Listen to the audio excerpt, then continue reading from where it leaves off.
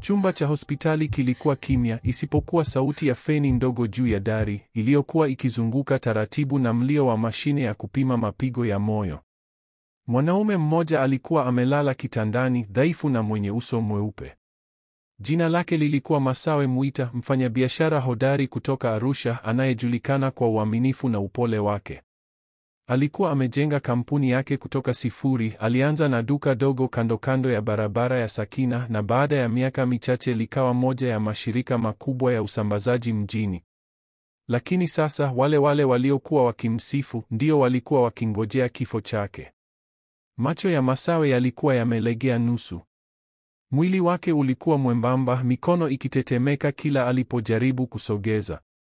Muuguzi aliyeitwa Grace, binti mwenye upole na sura ya uchovu, alimpangilia mto wake kwa upole.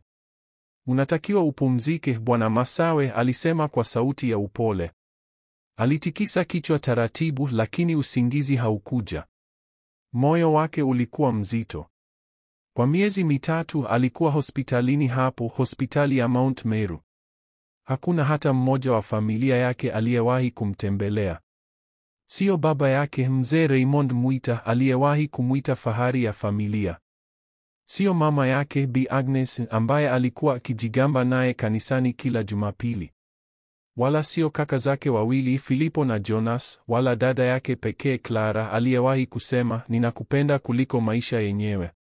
Wote walitoweka mara tu alipoanza kuugua. Madaktari walipoomba fedha za kuendeleza matibabu, hakuna aliyejibu simu. Mhasibu wa hospitali alikata tamaa kila alipofungua faili lake. "Wako hawajatuma hata shilingi moja," alisema kwa huzuni. "Tumeendelea kutumia bima yako, lakini inakaribia kuisha." Masawe alijaribu kuzungumza, lakini sauti yake ilivunjika. "Walisema chochote?" aliuliza kwa shida. Mhasibu alimwangalia kwa huzuni.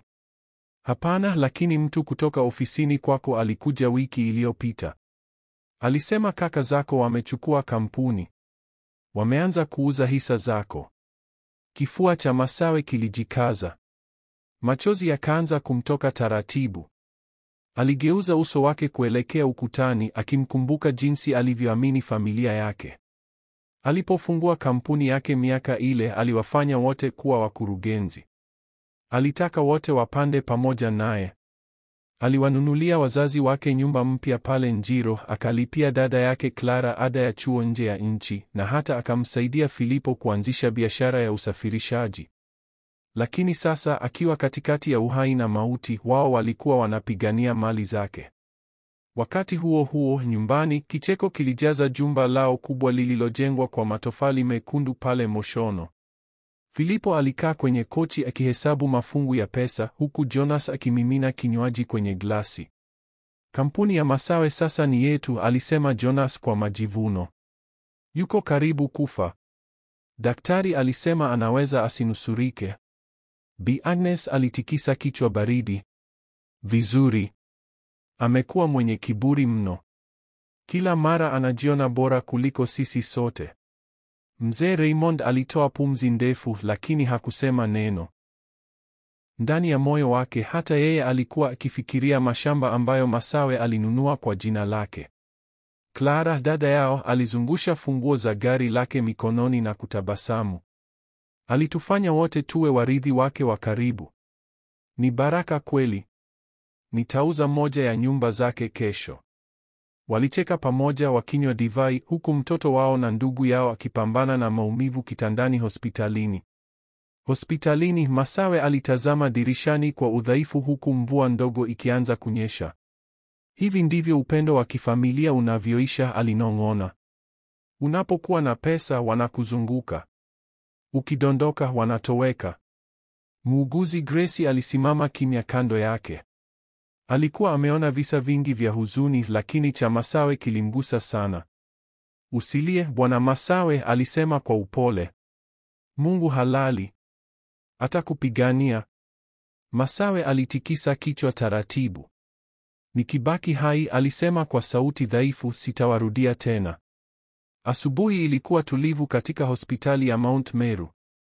Miale hafifu ya jua iliingia kupitia dirisha, ikimulika uso wa Masawe uliokuwa umechoka. Alikuwa hajala kwa siku 2. Nguvu zilikuwa zikimpotea, lakini moyo wake ulikuwa bado haujakata tamaa. Muuguzi Grace aliingia taratibu, akipanga drip yake kwa uangalifu. Utakuwa sawa, Bwana Masawe, alisema kwa upole, ingawa sauti yake ilitetemeka. Masawe alitikisa kichwa kidogo. Grace, mimi sihitaji mengi. Nataka tu amani. Nikifa leo, nitakufa nikiwa najua niliwapa familia yangu kila kitu. Grace alihisi machozi yakijaa machoni. Alishindwa kuelewa ni kwa nini familia nzima ingeweza kumtelekeza mtu aliyewahi kuwahudumia wote. Alimpangilia blanketi vizuri, kisha akatoka kimya kimya. Dakika chache baadaye, mlango ulifunguliwa kwa kishindo, si kwa upole. Viatu viwili vizito viligonga sakafu kwa nguvu. Wanaume wawili waliingia wakicheka, Filipo na Jonas, kaka zake Masawe. Wote walionekana wenye afya, wameshiba na wamevaa nguo mpya za kifahari. Jonas alivaa mnyororo wa dhahabu ambao Masawe mwenyewe aliwahi kununua. Macho ya Masawe yalipanuka kidogo. Midomo yake ilitetemeka. Mmefika? Aliuliza kwa sauti dhaifu. Filipo alitabasamu kwa dharau. Tumekuja kuona jinsi marehemu anavyoendelea. Jonas alicheka kwa sauti kubwa. Unaonekana vibaya sana kaka. Nilidhani hata hukuwepo tena duniani. Ulikuwa kama mfalme, sasa umebaki kivuli. Moyo wa Masawe ulivunjika tena. Nilidhani mlifika kuniangalia, alinong'ona. Filipo alikunja mikono yake. Kukuangalia? Hapana. Tulitaka tu kuthibitisha kama bado unapumua. Unapoteza pesa tu hapa. Kwa nini usitulie tu, utuachie amani? Jonas akaongeza, kampuni inaendelea vizuri sana tangu umegoma kuonekana. Tumeuza malori mawili jana. Tulipata bei nzuri sana. Masawe alitazama kwa macho yaliyodhoofika. Mmeuza malori yangu? Filipo alibshrug kwa dharau. Bila shaka. Hayawezi kukaa tu yakioza hospitalini pamoja na wewe. Machozi yalijaa machoni mwa Masawe. Mwili wake ulitetemeka, lakini hakupata nguvu ya kusema tena. Filipo alisogea karibu, akamnong'oneza kwa sauti ya baridi. Utakapokufa, tutakuzika vizuri sana. Usijali. Utapendeza kwenye jeneza lako. Jonas alicheka kwa sauti kubwa. Ndiyo, kaka. Tutahakikisha picha yako inaonekana vizuri kaburini. Masawe aligeuza uso wake upande mwingine, machozi yakitiririka kimya kimya. Hakuamini damu yake mwenyewe ingeweza kuwa katili kiasi hicho. Baada ya dakika chache za kejeli, wakasimama kuondoka. Usijaribu kutupigia tena, Filipo alisema kwa dharau. Utakuwapo muda mrefu. Wakatoka wakicheka, vicheko vyao vikisikika hadi koridoni ya hospitali. Lakini walipofika mapokezi, hali ilibadilika. Daktari kijana aliyekuwa zamu, Daktari Kelvin, aliwasalimia kwa heshima. Asubuhi njema, mabwana. Nyinyi ni ndugu wa mgonjwa? Filipo alitabasamu kidogo. Ndiyo, sisi ni kaka zake. Tumekuja kumwona. Daktari alitikisa kichwa. Yuko imara kidogo, lakini bado anahitaji matibabu ya kudumu. Kama ataendelea na tiba vizuri, kuna uwezekano mkubwa wa kupona. Jonas alikunja uso, akamwangalia Filipo. Wakajitenga pembeni kwa sekunde chache. Umesikia? Filipo akanong'ona. Asema anaweza kupona. Jonas akakunja uso. Hatupaswi kuruhusu hilo. Akirudi, kila kitu tutakachopoteza. Walirudi kwa daktari, nyuso zao zikiwa na tabasamu la bandia, lakini mioyo yao ikijaa uovu. Filipo akasema kwa sauti ya kujifanya ya upole, daktari, tunashukuru kwa huduma zenu. Lakini tunaona anateseka sana. Si unaweza kumsaidia apumzike kwa amani? Daktari alishtuka. Mnasema kupunguza maumivu yake? Filipo alisogea karibu, akasema kwa sauti ya chini. Hapana. Tunamaanisha umalize mateso yake kimya kimya. Tutalipa. Macho ya Daktari Kelvin yalipanuka. Bwana, haiwezekani. Hilo ni kinyume cha sheria. Jonas akacheka kwa dharau. Ninyi madaktari mnapenda kujifanya watakatifu. Tutapata mtu mwingine atakayefanya. Wakaweka bahasha ndogo ya fedha mezani na kuondoka, wakicheka kama watu waliopata ushindi. Muuguzi Gracie aliyekuwa nyuma ya mlango akihesabu faili alisikia kila kitu. Mikono yake ilianza kutetemeka, faili la Masawe likianguka chini. Akanong'ona kwa hofu, Mungu, usimruhusu mtu huyu afe mikononi mwao. Ndani ya wodi, Masawe alikuwa akigeuka kwa maumivu, bila kujua kwamba kaka zake wawili tu walikuwa wametoka kuomba kifo chake. Asubuhi iliyofuata ilifika kwa upole, ndege wakitaga midomo yao nje ya dirisha la hospitali. Masawe alilala kimya, akitazama dari. Usiku ulikuwa mrefu na wenye maumivu. Kila pumzi ilikuwa nzito zaidi ya iliyotangulia. Hakulala si kwa sababu ya ugonjwa, bali kwa maneno aliyosikia jana kutoka kwa kaka zake. Aliendelea kusikia sauti ya Filipo kichwani mwake, utapendeza kwenye jeneza lako. Kila akiyakumbuka, moyo wake ulijikaza zaidi. Muuguzi Gracie aliingia kimya kimya akiwa na tray akifungua kinywa. Asubuhi njema, Bwana Masawe, alisema kwa upole. Jaribu kula kidogo. Masawe alitikisa kichwa polepole. Sina hamu, Gracie. Damu yangu inanitakia kifo. Chakula gani kinaweza kujaza moyo kama wangu? Gracie alisimama kimya. Alikuwa ameona waovu wengi maishani, lakini kile alichoona kutoka kwa familia ya Masawe kilimvunja moyo. Siku 3 zilipita tangu kaka zake kumtembelea Masawe kwa mara ya mwisho. Tangu siku hiyo hakuwahi kuzungumza sana. Alikaa kimya akitazama dari, akihesabu sekunde na pumzi zake kama mtu anayejua mwisho wake unakaribia. Muuguzi Gracie alijitahidi kumfariji. Wakati mwingine alimletea maandiko ya Biblia au nyimbo za Injili zilizorekodiwa kwenye simu yake, akimwambia, usiache tumaini, Bwana Masawe. Wako wanakudharau, lakini Mungu anakukumbuka. Masawe alikuwa akitabasamu kwa udhaifu. Gracie, wewe ni kama binti yangu. Umefanya zaidi ya familia yangu nzima. Jioni moja, mvua nyepesi ilikuwa imenyesha, hewa ya Arusha ikiwa baridi kidogo. Wakati Gracie akiwa zamu, aliona watu wawili wakija kwenye korido wakijifanya kama wanaharakisha. Alipotazama vizuri, moyo wake ulitetemeka. Ni Bi Agnes, mama yake Masawe, akiwa na dada yake Clara. Gracie alisogea mbele akawasalimia kwa adabu. Karibuni sana. Ni furaha kuwaona mmefika kumwona Bwana Masawe. Clara alimwangalia juu chini kwa dharau. Wewe ndiye muuguzi wake? Ndiyo, Gracie alijibu kwa upole. Bi Agnes alikunja uso. Angekuwa anatibiwa vizuri, asingekuwa amelala muda wote. Tunaona kama hakuna maendeleo kabisa. Gracie alijizuia kujibu kwa hasira. Alifungua mlango wa chumba na kuwaacha waingie. Ndani, Masawe alijaribu kusogea kitandani. Alipoona uso wa mama yake, moyo wake ulijawa na mchanganyiko wa furaha na uchungu. Mama, alinong'ona. Umefika, Lakini sauti ya Bi Agnes haikuwa ya huruma. Nimekuja kwa sababu watu wanazungumza. Wanasema mwana wangu mkubwa yuko hospitalini muda mrefu. Nilihitaji kuonyesha uso wangu tu. Watu wasije wakadhani hatuna huruma. Clara alisimama kando ya dirisha akichunguza pazia na kiti, kisha akatabasamu kwa kejeli. Kaka, unajua hii nyumba yako pale Njiro nilishauza.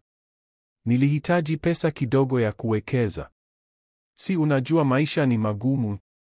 Masawe aligeuka uso wake kwa uchungu. Ile nyumba ilikuwa yako, Clara. Nilikuandikia jina lako. Kwa nini unauza? Clara akacheka kwa sauti ya kebei. Kwa sababu sitaki kumbukumbu za mtu anayekufa. Na wewe hutahitaji tena, sivyo? Bi Agnes aliketi akitazama mtoto wake kwa macho ya baridi. Masawe alisema kwa sauti nzito, tulijua siku moja haya yangetokea. Ulijifanya mkubwa mno ukatupita wote. Sasa tazama, kila kitu kimekwenda hovyo. Mungu hakubariki kiburi. Maneno hayo yalimgonga Masawe kama kisu moyoni. Mama, sikuwahi kujiona mkubwa, nilitaka tu kutusaidia sote. Lakini Bi Agnes alikata. Usijitetee. Kila kitu ulifanya kwa majivuno. Ukatuletea aibu, sasa unaona matokeo. Gracie aliyekuwa amesimama kando ya mlango alianza kushika machozi. Hakupata neno la kusema. Masawe aligeuza uso wake upande wa pili akijaribu kujizuia kulia. Clara akatoka nje akisema kwa sauti ya dharau, tunaenda. Wakati akifa, tafadhali tujulishe mapema tusichelewe mazishi. Sitaki drama. Mama yake akasimama pia akijipangusa mikono kana kwamba amemaliza kazi fulani. Na usijali kuhusu hospitali. Hatutalipa bili yoyote. Umekuwa na mali nyingi, zitoshe kukufia nazo. Wakaondoka kimya kimya, wakipita koridoni huku watu wengine wakiwatazama kwa mshangao, macho ya watu yakiwa yamejaa maswali, kana kwamba hawaamini mama na dada wanaweza kuwa baridi hivyo kwa mtoto wao. Gracie aliingia tena chumbani akimkuta Masawe akiwa amefunika uso wake kwa mikono. Mabega yake yalikuwa yakitetemeka. Alimsogelea polepole akamkalia karibu. Pole sana Bwana Masawe, alisema kwa upole. Mara nyingine damu si upendo. Mungu pekee ndiye familia ya kweli. Masawe alinyanyua uso wake, macho yakiwa mekundu. Gracie, sijawahi kuumizwa hivi maishani. Nilitoa kila kitu nilichokuwa nacho kwao, lakini kumbe nilikuwa napenda kivuli. Gracie alishika mkono wake taratibu. Usikate tamaa. Mungu anaona. Yako yatajibu. Masawe alitabasamu kwa uchungu. Mimi sina cha kujibu tena. Ila nataka kufanya kitu cha mwisho kabla sijaondoka. Kitu ambacho kitakuwa fundisho. Gracie alimtazama kwa makini. Kitu gani hicho, Bwana Masawe? Alipumua kwa shida. Nataka waje kujua kwamba pesa si baraka kama inatoka kwa maovu. Nitatumia pumzi yangu ya mwisho kuwafundisha hilo. Usiku ulikuwa umetulia sana. Nje ya dirisha la hospitali, taa za Arusha zilionekana kama nyota zilizoshuka ardhini. Hewa ilikuwa baridi na mvua nyepesi ilikuwa ikidondoka juu ya bati. Masawe alikuwa macho yake yakiwa yamejaa mawazo mazito. Alikuwa amechoka kimwili, lakini akili yake ilikuwa safi kuliko wakati wowote ule. Muuguzi Gracie aliingia akiwa amebeba daftari dogo na kalamu. Uliomba kalamu na karatasi, Bwana Masawe, alisema kwa upole. Masawe alitabasamu kwa shida. Ndiyo, Gracie.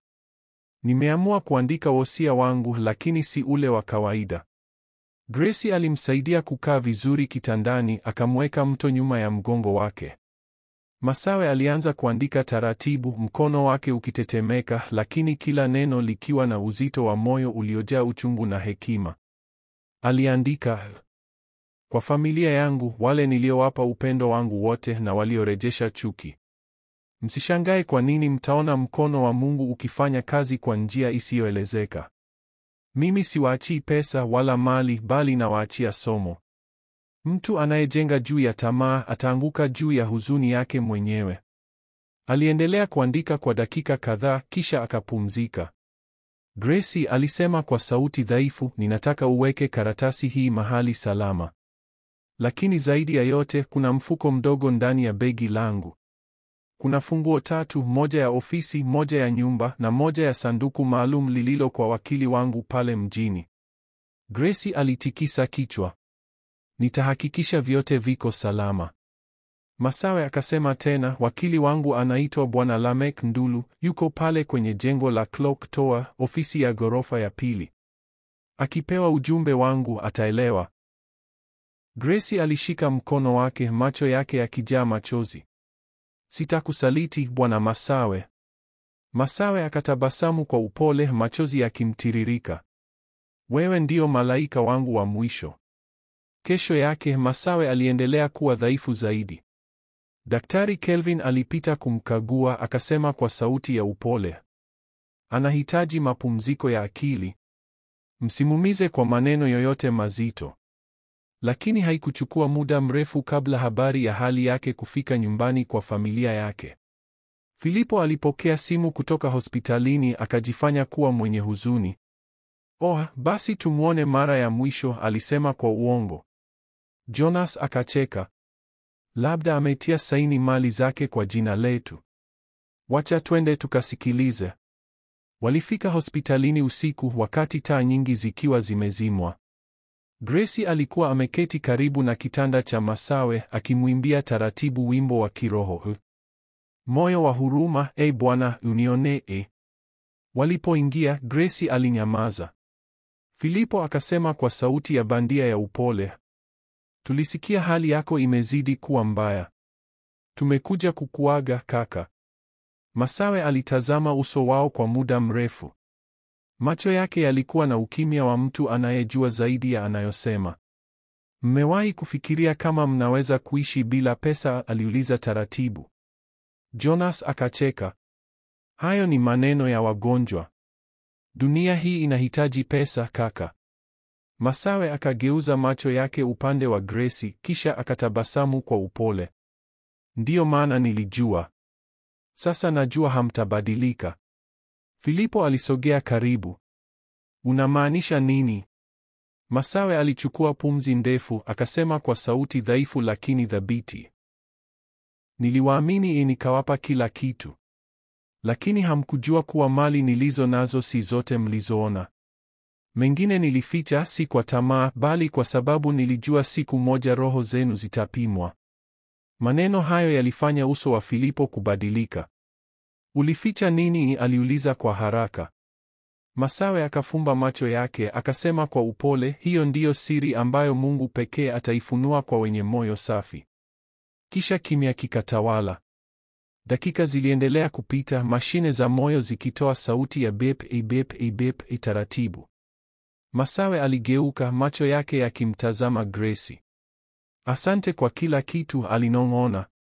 Gracie alimshika mkono akamjibu, "Pumzika kwa amani, Bwana Masawe." Muda mfupi baadaye sauti ya mashine ilibadilika, ikawa mfululizo wa beep ndefu. Gracie alishika mkono wake kwa nguvu, machozi yakimtoka. "Hapana, tafadhali usiache hivi." Lakini Masawe alikuwa ametulia kabisa. Moyo wake ulikuwa umepumzika, si kwa maumivu bali kwa ukombozi. Filipo na Jonas walitazamana, mioyo yao ikichanganyika na hofu na tamaa. "Umesikia?" Jonas akanong'ona. "Amesema kuna mali alificha." Filipo akamvuta nje kwa haraka. "Kesho tunaanza kufuatilia." Gracie alibaki chumbani akimwangalia Masawe kwa huzuni kubwa. Alinyoosha mkono akaweka karatasi aliyokuwa ameandika chini ya mto wake. "Wataisoma wakati sahihi," Bwana Masawe alinong'ona. "Na watajua ni nani walivyompoteza." Siku ya mazishi ilifika. Arusha ilikuwa imefunikwa na mawingu mazito, hewa ikiwa baridi na tulivu. Ndege walikuwa wamenyamaza na upepo ulivuma taratibu kupitia miti ya migunga iliyokuwa kando kando ya makaburi ya Njiro Hill. Jeneza lililokuwa na mwili wa Masawe Mwita lililetwa kwa gari jeupe la mazishi, likifuatwa na watu wachache sana. Wengi waliokuwa wamewahi kumsifia zamani hawakuonekana. Lakini familia yake, Mzee Raymond, Bi Agnes, Filipo, Jonas na Clara walikuwepo wote, wakiwa wamevaa mavazi ya huzuni, lakini mioyo yao ikiwa mbali na walichokuwa wakifanya. Bi Agnes alikuwa akilia kwa sauti kubwa, lakini machozi yake hayakuwa ya kweli. Watu waliokuwa wamekusanyika pale walidhani alikuwa akiumia kwa kifo cha mwanawe, kumbe alikuwa akicheza maigizo. Filipo alisimama kando ya jeneza akizungumza kwa sauti ya huzuni ya bandia, "Tulimpoteza mtu muhimu, ndugu yetu aliyekuwa na moyo wa dhahabu." Jonas alitikisa kichwa kwa huzuni ya kujifanya. "Ndiyo, dunia ni ya ajabu sana. Jana yupo, leo amekwenda." Gracie ambaye alisimama mbali kidogo hakusema neno. Alivaa kitenge cheusi na ushungi mweusi, macho yake yakiwa mekundu kwa kulia. Alijua ni watu gani waliosababisha maumivu haya. Wakati mchungaji akimalizia ibada, Filipo alimnong'oneza Jonas, "Tukimaliza hapa, tuende kwa wakili. Tunahitaji kujua mali aliyoficha." Jonas akatabasamu. Ndiyo, hatuwezi kupoteza muda. Labda ametupangia kitu. Baada ya mazishi, walikusanyika kwenye ofisi ya Bwana Lamek Ndulu, wakili wa zamani wa Masawe, pale Clock Tower, ghorofa ya pili. Ofisi ilikuwa imepambwa kwa mapambo ya kawaida ya mbao na ndani kulikuwa na utulivu wa kiofisi wenye heshima. Bwana Lamek, mwanaume wa makamo mwenye miwani na uso wa upole, aliwapokea kwa heshima. Karibuni sana, alisema kwa sauti ya taratibu. Nimehifadhi wosia wa marehemu Masawe Mwita kwa muda wa miezi 3 sasa. Aliniagiza nisiufungue hadi baada ya kifo chake. Wote walikaa. Filipo alijiegemeza kwenye kiti, Clara akavua miwani yake ya giza na Jonas akajikuna kichwa kwa wasiwasi. Wakili alitoa bahasha nene yenye muhuri wa kisheria, akafungua kwa makini. Kisha akaanza kusoma kwa sauti tulivu lakini thabiti. Mimi Masawe Mwita, nikiwa katika akili timamu, naandika wosia huu si kwa chuki bali kwa ukweli. Mali zangu zote, kampuni yangu, nyumba zangu na akaunti zangu za benki hazitagawanywa kwa ndugu wala wazazi wangu. Wote wamejionyesha kuwa hawastahili. Kilio cha mshangao kilisikika ofisini. Clara alisimama ghafla. Hapana. Hilo haliwezekani. Wakili akaendelea kusoma bila kuangalia upande wao. Badala yake, ninamwachia urithi wangu wote mtu pekee ambaye alinionyesha upendo wa kweli katika kipindi changu cha mwisho cha maisha, muuguzi wangu, Gracie Mushi wa hospitali ya Mount Meru. Ofisi ilijaa ukimya mzito. Jonas aliguna kwa hasira, akipiga meza kwa nguvu. Huyo msichana hana damu yetu, alifoka. Huu ni mchezo gani? Wakili Lamek akasema kwa utulivu, ni maandiko yake halali, yameidhinishwa kisheria na mashahidi wawili wa hospitali. Hapa kuna sahihi yake na ya Daktari Kelvin. Filipo alisimama, akitembea huku na huko kama simba aliyejeruhiwa. Alituchezea. Huyo mwanamke alimroga. Clara akamjibu kwa hasira, ndiyo. Lazima alimpotosha. Wakili akafumba faili taratibu. Na kuna kitu cha mwisho, alisema kwa utulivu. Wote wakamgeukia.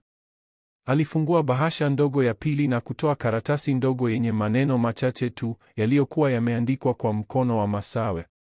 Wakili alianza kusoma. Kwa familia yangu, nilijua mtakuja siku moja kutafuta pesa. Lakini nilitaka kuona kama mtaweza kutafuta moyo wa upendo. Huo ndio urithi wa kweli. Mlishindwa. Gracie atawasaidia ikiwa mtabadilika. Ikiwa hamtabadiliki, basi mali hizo zitabaki zikihudumia yatima na maskini wa Arusha kama nilivyoagiza. Mungu awabariki, lakini awafundishe. Wote walikaa kimya. Ni sauti ya saa tu ilisikika ikibisha ukutani. Filipo akakaa chini taratibu, uso wake ukikosa rangi. Jonas aliinama kichwa, akijaribu kujificha macho yake. Clara aligeuka, akifuta machozi yaliyokuwa yakimtoka kwa ghadhabu. Bi Agnes, ambaye alikuwa kimya tangu mwanzo, alianza kulia kwa sauti ya huzuni. Mungu, tumefanya nini? Gracie aliyekuwa amekaa pembeni kwa unyenyekevu, alishika mkono wake kifuani, machozi yakimtoka kimya kimya. Hakuwa na furaha ya ushindi, bali maumivu ya kuona ukweli wa upendo uliodharauliwa. Wakili alimaliza kwa sauti tulivu, na haya ndiyo maagizo ya mwisho ya marehemu Masawe Mwita. Baada ya siku chache, taarifa zilienea kote Arusha kwamba mali za Masawe zimeelekezwa kusaidia watoto yatima, wazee na wagonjwa wasio na uwezo. Kampuni yake ilibadilishwa kuwa taasisi ya huduma kwa jamii, ikifadhiliwa na wakfu wa Mwita Foundation, chini ya uangalizi wa Gracie. Watu walikuwa wakizungumza kwa mshangao. Marehemu Masawe alifanya maajabu. Wale waliomdhulumu sasa wanakula majuto. Filipo na Jonas walirudi kwenye nyumba ya baba yao, wakiwa wamevunjika moyo, wakibishana kila siku kuhusu nani aliyesababisha yote. Clara alijifungia ndani akilia usiku mzima. Na Bi Agnes alianza kwenda kanisani kila siku, akitafuta msamaha ambao moyo wake haukupata kwa mwanawe alipokuwa hai. Gracie aliendelea kufanya kazi kimya kimya. Kila mara alipopita karibu na barabara ya Sakina, alisimama pale kwenye duka dogo lililoanzia ndoto ya Masawe na kusema kwa upole, "Umefanikiwa, Bwana Masawe. Hata bila kuwa hai, umefundisha dunia maana ya upendo wa kweli." Mawingu yalikuwa yakipita polepole juu ya mlima Meru, yakificha jua kwa muda mfupi. Na Arusha ikabaki na simulizi moja isiyosahaulika ya mtu ambaye alijitoa kwa upendo, akasalitiwa, lakini akashinda kwa njia ya haki na roho safi. Funzo la simulizi hii: upendo wa kweli haupimwi kwa damu, mali au maneno, bali kwa matendo ya moyo safi. Familia ya Masawe ilidhani urithi ni pesa, lakini wakasahau kuwa urithi wa thamani zaidi ni utu, huruma na uaminifu. Mali inaweza kupotea, lakini tabia njema na moyo wa upendo vinaishi hata baada ya kifo. Wale waliomsaliti Masawe walipoteza kila kitu, si kwa sababu Mungu alimchukia, bali kwa sababu walijipoteza wao wenyewe kwa tamaa na ubinafsi. Katika maisha, usimtende vibaya mtu anayekupenda kwa dhati, maana Mungu anaona, na wakati wa kweli ukifika, haki yake haichelewi, huja kwa namna tuliyoizoea, kimya lakini thabiti. Na huo ndio mwisho wa simulizi la leo, simulizi la Masawe Mwita, mtu aliyependa, akasalitiwa, lakini akashinda kwa wema wake. Lakini swali kwako msikilizaji: je, wewe ungeweza kusamehe kama Masawe? Au ungehitaji haki yako kwa njia nyingine? Kabla hujaondoka, bonyeza subscribe kwenye channel hii, pia like video na share na rafiki yako mmoja ili apate somo hili pia. Asante kwa kusikiliza hadi mwisho. Nakutakia siku njema yenye amani na baraka nyingi.